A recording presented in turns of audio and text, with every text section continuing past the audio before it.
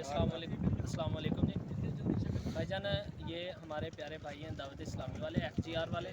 انہوں نے بہت ساری محنت کی اور ان کی محنت کی بدولت ہم یہاں تک پہنچے. ہمیں تو معلومات نہیں تھی اس چیز کی کہ کون کہاں ہے، کس کو دینا ہے، کون مستحق ہے، کون نہیں ہے. ان کی محنت اور کاوشوں کے سلسلے کی وجہ سے ہم یہاں تک پہنچے ہیں کہ یہ کشتی میں بٹھا کے ہمیں آگے تک لے کے گئے ہیں.